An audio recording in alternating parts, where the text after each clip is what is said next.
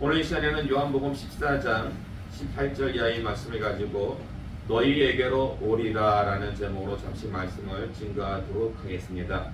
여러분이 오늘이 무슨 날입니까? 성탄절이죠. 예, 오늘이 성탄절, 크리스마스. 그런데 방금 우리가 함께 공독한 요한복음 14장 18절 이하의 말씀, 여러분이 보실 때 성탄절과 관련된 말씀입니까? 아니면 그냥 일반적인 말씀입니까? 관련된 거. 예, 관련된 것 같기도 하고 아닌 것 같기도 하고. 예, 사실 여러분은 수십 년간 신앙생활 하셨잖아요. 수십 년간 신앙생활 하시면서 성탄절을 지켰고 그때마다 성탄절에 관련된 설교들을 많이 들으셨어요. 여기서 그 성탄절 설교에 대해서 횟수로 7, 80년 이상 막 이렇게 들으신 분들도 있으실 테고 50년 이상 막 이렇게 있을 테고 할 텐데, 그래서 약 2000년 전 유대 땅 베들레헴의 한 마국간에 오신 예수님에 대해서는 여러분이 너무나 잘 알고 있어요. 그 성탄절에 관련된 그 본문만 딱 봐도 여러분이 오늘 목사님께서 무슨 말씀 하시겠구나, 웬만한 내용은 그냥 전부 다 여러분이 잘 아십니다. 그런데 어찌 보면은 우리는 이미 예수님을 영접했어요. 그 2000년 전에 오신 예수님을 이미 영접했고 우리는 구원을 받았습니다. 그래서 어찌 보면 2000년 전에 오신 예수님보다 지금도 오시는 예수님, 성령으로서 우리와 함께 거하시는 예수님, 그리고 장차 마지막 때의 심판의 주님으로 오실 예수님, 그 예수님이 더 우리에게는 중요하다고 할 수가 있습니다. 왜냐하면 우리는 지금 2000년 전에 오신 예수님을 바라보면서 신앙생활하기보다는 장차 오실, 그리고 지금도 함께 거하시는 그 예수님을 바라보면서 신앙생활을 하고 있기 때문입니다. 그래서 오늘은 성탄절을 맞이해서 2000년 전에 오신 예수님이 아니라 지금도 계속해서 우리와 함께 동행해 하시며 또한 성령으로서 오시는 그 예수님에 대해서 한번 살펴보도록 하겠습니다. 어제 우리는 삼위일체 되시는 하나님에 대해서 살펴봤는데요. 기억나시죠? 예, 이거 기억 안 나시면 병원에 한번 가보셔야 돼요. 아직 그 정도 단계는 아니시잖아요. 예? 삼위일체. 자, 삼은 무엇을 가리킵니까? 성부, 성자, 성령. 그리고 위는 무엇이에요?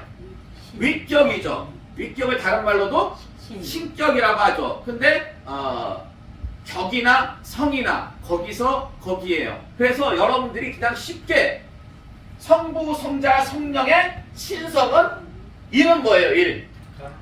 같다 혹은 하나다 라는 그런 뜻이죠.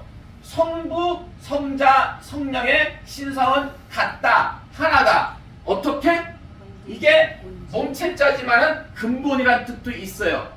그래가지고 본질적으로 성부, 성자, 성령의 신성은 본질적으로 하나다 혹은 같다. 이렇게 여러분 꼭 좀 기억해 주시기 바랍니다. 아주 기본이니까. 그런데 지금 이 성부, 성자, 성령님, 이 세 분 하나님 가운데 우리와 함께 하시는 하나님은 누구십니까? 우리와 함께 하시는 하나님, 성령 하나님, 성령 하나님. 그러나 삼위 하나님은 지금 말씀드린 것처럼 신성이 본질적으로 하나이기 때문에 우리와 성령님이 함께 하시고 혹은 우리와 내주하시지만은, 그러나 그것은 성령님 혼자 계시는 것이 아니라 누구와 함께 계시는 거나 마찬가지다? 그렇죠. 어떤 하나님? 성부 하나님이 함께 하세요? 성자 하나님이 함께 하세요? 자, 보세요 여러분. 성부, 성자, 성령의 신성은 본질적으로 하나다, 본질적으로 같다. 근데 지금 실제로 성령님이 우리와 함께 하셔요. 그렇지만은 삼위 하나님이 본질이 신성이 하나이기 때문에 성령님이 함께 하시지만은 누구랑 함께하는 것과 마찬가지다? 성부 하나님과 성자 하나님. 여러분 대단하신 분들이에요. 예? 옆에 분 한번 보세요. 얼마나 대단한지. 예? 여러분 정말 신앙이 좋으면은요, 그 믿음의 형제 자매 그 얼굴을 보면서, 그 모습을 보면서 그 안에서 누구를 발견해야 돼요? 삼위 하나님을 발견해야 돼요. 야, 정말 대단하신 분이구나. 삼위 하나님이 함께 하시는 정말 대단한 분이구나. 예. 그래서 아껴주고 배려해주고 서로 존중해주는 그런 모습이 어디 안에서 있어야 돼요? 우리 교회 안에서 있어야 돼요. 근데 왜 교회가 왜 분란이 일어나고 왜 싸움이 일어나고 그럴까요? 형제 자매 안에 있는 하나님을 바라보지 못합니다. 보지 못합니다. 그러니까 미워하고 시기하고 질투하는 거예요. 그러나 그 안에서 하나님을 발견할 수만 있다면 어때요? 사랑할 수밖에 없는 거죠. 여러분 꼭 명심하세요. 여러분의 형제 자매 안에 누가 있다? 하나님이 있다. 그것도 성령 하나님만 계신 것이 아니라 성부 하나님과 성자 하나님이 함께 있다는 것을 여러분 꼭 명심하시기 바랍니다. 그래서 오늘 본문 18절의 말씀 보세요. 오늘 본문 18절의 말씀 보시면 예수님께서 지금 이제 고별 설교를 하시면서 제자들에게 하시는 말씀이 내가 너희를 고아와 같이 버려두지 아니하고 너희에게로 오리라. 그러니까 지금 예수님께서 다시 오시리라고 약속을 하시는데 이것이 언제 어떻게 실행이 될까요? 성경 역사적으로 볼 때 예수님께서 제자들에게 내가 이제 잠시 너희랑 떠나가지고 내가 갈 길을 가야 되는데 그러나 내가 다시 너희들한테 올 것이다. 이게 언제 구체적으로 실행이 돼요? 오순절날 예수님께서 부활승천하신 후에 제자들이 모여가지고 한 10일 정도 모여가지고 열심히 그 마가의 다락방에서 기도할 때에 그때 마침 오순절 절기였거든요. 그 오순절날 성령이 오셔요. 하늘에서 하나님과 예수님께서 보내주시는 그 성령. 근데 성령은 본질적으로 삼위 하나님은 신성이 본질적으로 하나잖아요. 그래서 성령이 임하지만은 그것은 누가 오신 거나 마찬가지다? 예수님께서, 하나님께서. 그래서 지금 예수님께서 뭐라고 말씀하셔요? 내가 너희를 고아와 같이 놔두지 아니하고 버려두지 아니하고 너희에게로 오리라. 그 말씀이, 이 말씀이 오순절날 성취가 되었다라는 것입니다. 자, 그러면은 오늘날에도 이 말씀은 성경 역사적으로 볼 때 예수님의 이 말씀은 오순절날 성취가 됐어요.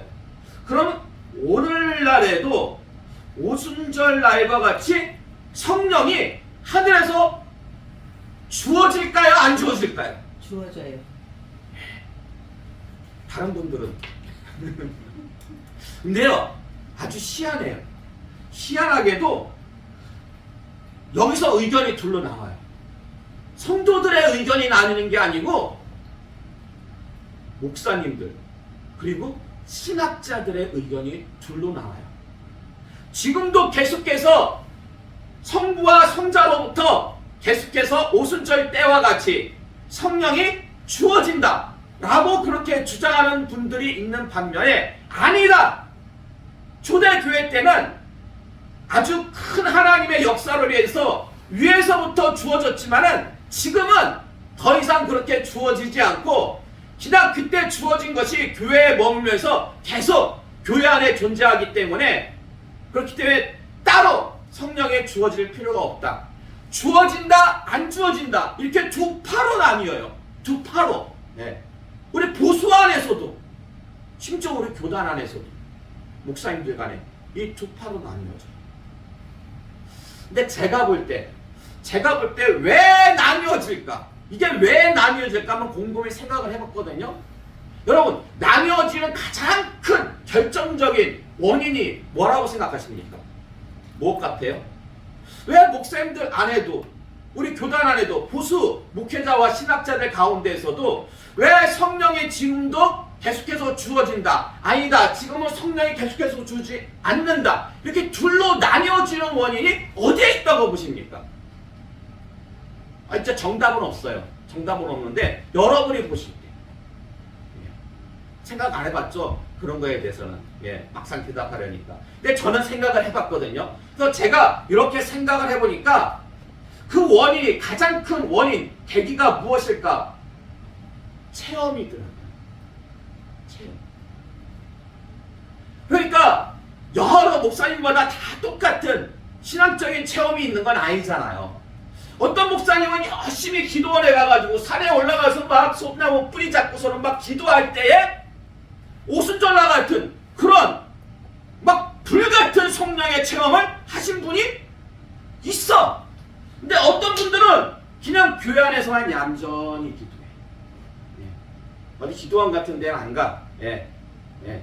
그리고 그냥 날마다 그냥 말씀 보시면서 그냥 성경 공부, 예. 신학적인, 예. 그런 어떤 그런 부분들만. 그러니까 그분은 이런 체험이 없어. 예. 체험이 없어. 그래가지고 체험이 있는 분들은 지금도 성령이 주어진다고 할까요, 안 할까요? 아, 자기가 체험을 했으니까, 지금도. 근데 체험을 안 하신 분들은, 인정하기가 어렵죠. 예. 사도 바울이요, 어떻게 회심을 했습니까?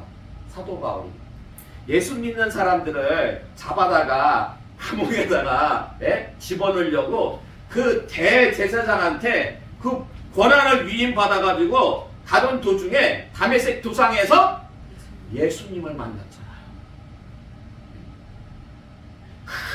큰 비소로 인하여가지고 눈까지 멀었는데 그때 묻습니다. 누구십니까? 너가 핍박하는 예수다. 세상에나 예수는 죽은 줄로만 알았는데 그 부활했다는 얘기가, 승천했다는 얘기가 뻥인 줄만 알았는데 자기가 체험하니까, 직접 체험하니까 그 예수를 잡아다가 감옥에 가두는 괴수 중에 괴수에서 완전히 사람이 바뀌었어요. 세계의 복음화, 세계의 선교에 가장 앞장서는 그런 인물로 바뀌게 되었다는 거예요. 근데 그때 바뀌게 된 결정적인 계기가 어디 있어요? 그렇죠. 자기가 체험을 했잖아요. 예.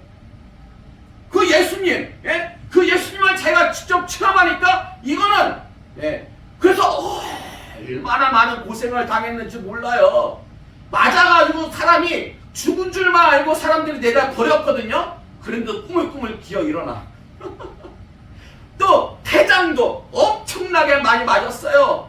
예, 죽을 급이 수없이 넘겼어요. 그럼에도 불구하고 그 복음 선교를 갖다가 포기하지 않은 이유는 그 체험이 있었기 때문에. 그래서 이렇게 체험이 중요한데요. 그 19절의 말씀 보세요. 19절의 말씀. 조금 있으면 세상은 다시 나를 보지 못할 것이로되 너희는 나를 보리니 이는 내가 살아있고 너희도 살아있겠음이라. 여기서 예수님께서 뭐라고 말씀하시면 조금 있으면 너희는 나를 보리니, 근데 이 말씀이 원어로 보면은요 그냥 시각적으로 눈으로 본다라는 뜻만 있는 것이 아니라 알다, 깨닫다라는 뜻이 있어요. 알다, 깨닫다. 네. 그래서 성령을 통해서 지금도 우리는 말씀으로써 예수님을 깨달을 수가 있어요. 그리고 체험으로써 지금도 살아계신 예수님을 체험할 수가 있다라는 것입니다. 여러분, 천안에서 가장 큰 교회가 어떤 교회인지 아세요? 예, 천안에서 쌍벽을 이루는 두 교회가 있어요. 천안에서 쌍벽을 이루는 교회. 교회 이름도 희한하게 비슷해. 예.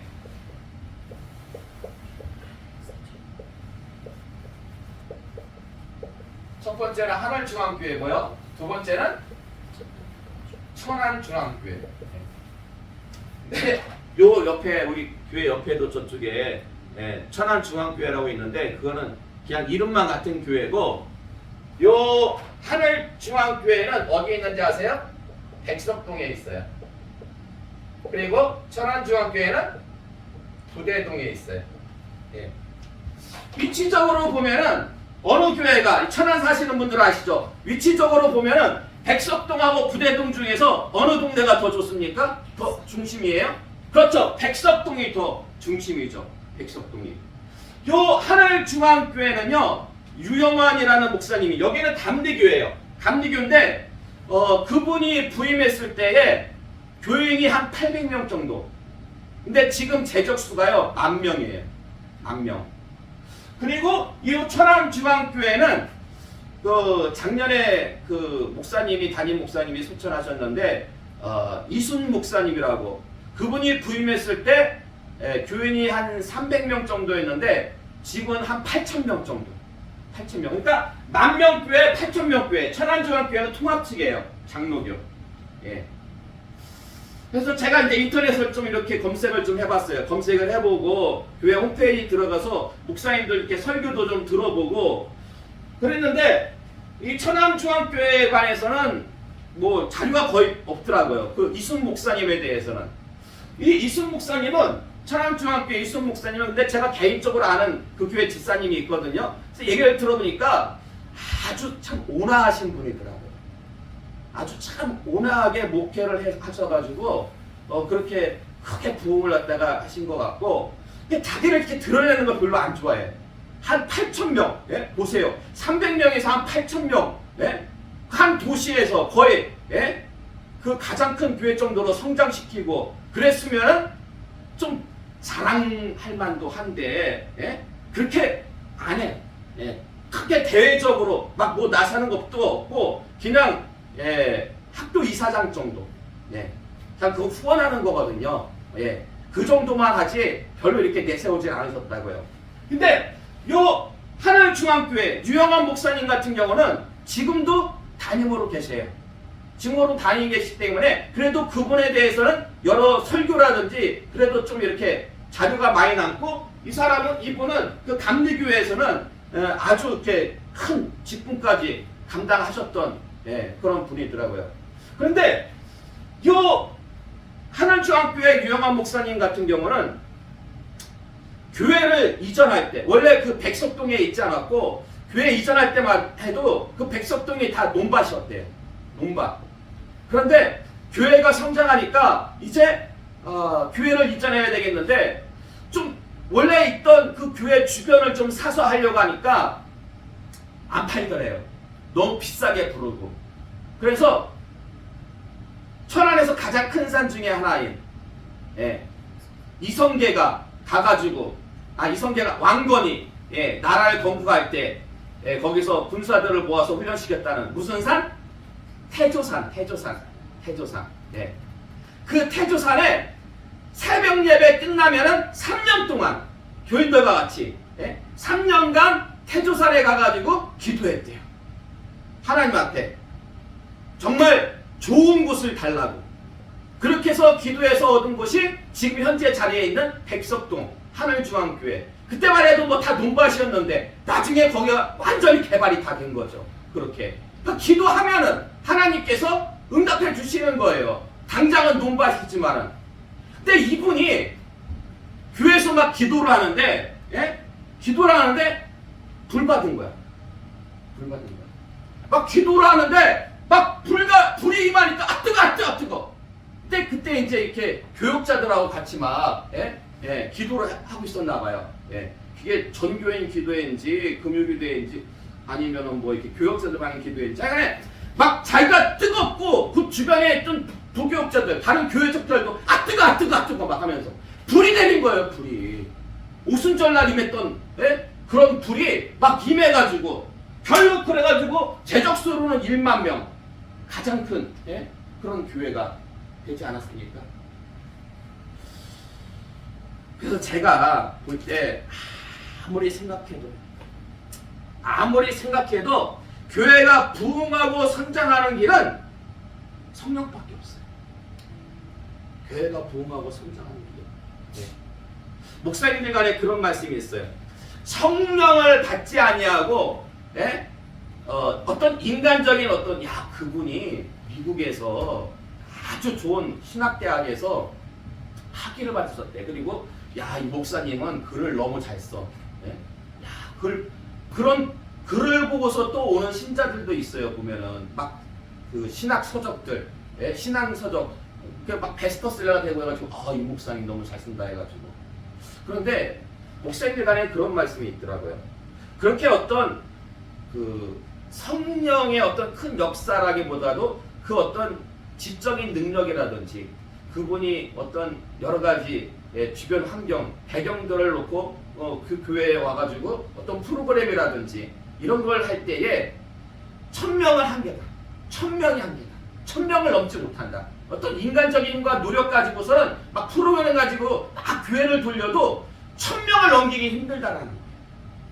근데 이 목사님은 어떤 목사님은 뭐 그냥 요 목사님보다 못해. 유학 갔다 온 적도 없어. 영어도 더 못하고, 글도 더 잘 못 쓰고, 어떻게 보면 이 목사님 그냥 무조건 비싸우냐. 그냥 기도하는 거, 말씀하는 거 외에는 뭐 다른 프로그램도 없어. 그런데 어때요? 교회가 부흥하고 성장. 그건 누가 하는 거예요? 성령이 전적으로 볼 때 성령이 하는 거예요. 그러니까 제가 봐도 아무리 생각을 해도 교회가 부흥 성장하는 길은 무엇밖에 없다? 성령밖에 없고 예수님께서 그러셨잖아요. 제자들에게 너희들은 나와 같은 일을 행할 것이며 나보다 더 큰 일도 행할 것이다. 근데 생각을 해보세요. 예수님보다 더 큰 일을 행하려면 인간적인 힘 가지고는 아무리 죽었다 깨도 100명의 사람, 1000명의 사람, 10,000명이 모여도요 예수님 일 하신 것보다 더 큰 일을 할 수가 없어요. 그러나 성령이 임하면은 예수님께서 함께 하시면 그러나 그 일을 감당해낼 줄로 믿으시기 바랍니다. 자, 이제 마지막으로 20절의 말씀 보세요. 20절 말씀 보시면 그날에는 내가 아버지 안에 너희가 내 안에 내가 너희 안에 있는 것을 너희가 알리라. 그러니까 그날에는 예수님이 하나님 안에 제자들이 예수님 안에 예수님이 제자들 안에 있는 것을 알게 된다고 말씀을 하시는데요. 여기서의 그날은 언제일까요? 여기서의 그날은 아까 우리가 살펴봤던 성령 강림의 날, 오순절. 지금 예수님의 말씀, 고별 설교의 말씀을 제자들은요, 제가 볼 때는 절반도 이해 못해. 지금 무슨 말씀하시는지. 근데 지금 예수님께서 말씀하시길 그날에는 너희가 알리라. 그날 성령님이 임하시면은요, 성령님은 진리의 영이시기 때문에 예수님께서 말씀하신 그 모든 것들을 제자들이 왜 예수님께서 그때 이런 말씀을 하셨구나. 성령을 통해서 예수님의 말씀을, 성경 말씀을 확실히 알 수 있게 된다라는 것입니다. 그래서 오순절 성령 강림의 날이 바로 예수님께서 말씀하신 그 날인데, 근데 저는 개인적으로 그 날이 이렇게 해석이 가능하다고 봅니다. 개인적으로. 그게 어떤 날이냐면은 교회의 부흥과 성장의 날. 교회 부흥과 성장의 날. 그러니까 교회가 부흥하고 성장했을 때 그건 우리의 노력이 아닙니다. 우리의 힘이 아닙니다. 전적으로 우리 안에 역사하시는 삼위 하나님의 능력과 은혜로 인한 것임을 알고 깨달으며 체험으로 고백하는 바로 그날. 사람이 개구리처럼 올챙이 시절 기억 못하면 됩니까? 안 됩니까? 개구리는 돼요. 개구리니까. 개구리면 되는데 우리는 그러면 안 돼요. 우리가 그러면 우리 뭐가 되는 거예요? 개구리가 되는 거예요. 우리 개구리 되면 안 돼요. 우리는 사람이에요. 하나님의 영광을 드러내는 사람. 그렇기 때문에 여러분, 이게요 참 조심할 게 뭐냐면 성령으로 시작했다가 개구리로 망하는 분들이 역사적으로 너무나 많았어요. 성령을 받아서 막 능력을 행합니다. 막 사람들이 모여요. 그러다 보니까 하나님을 높여야 되는데 누구를 높여요? 자기를 높여요.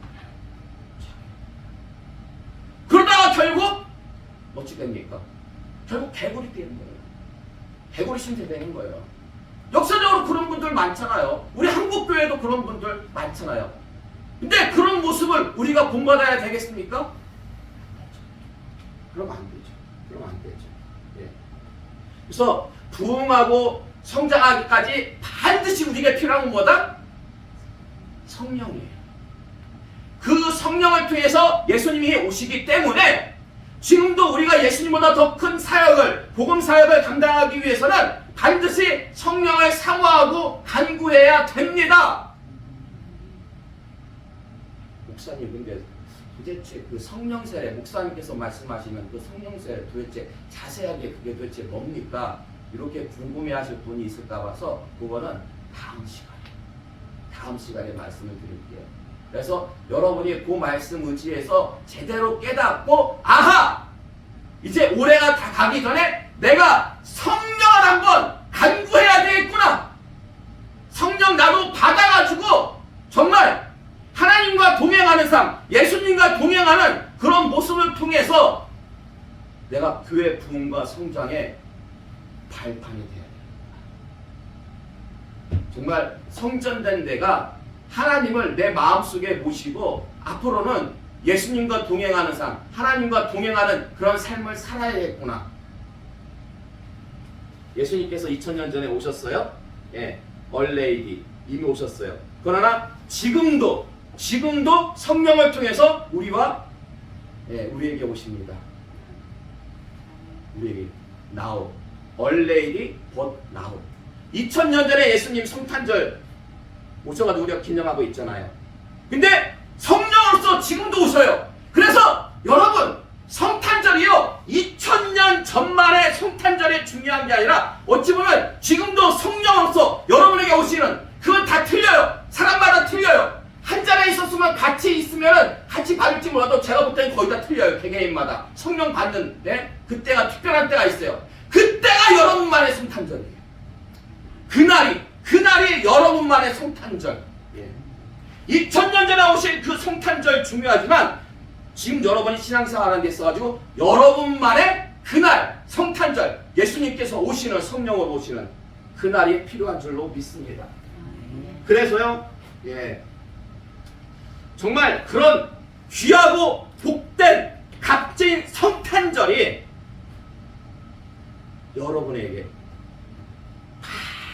반드시 주어지시길 주님의 이름으로 축원합니다. 아멘.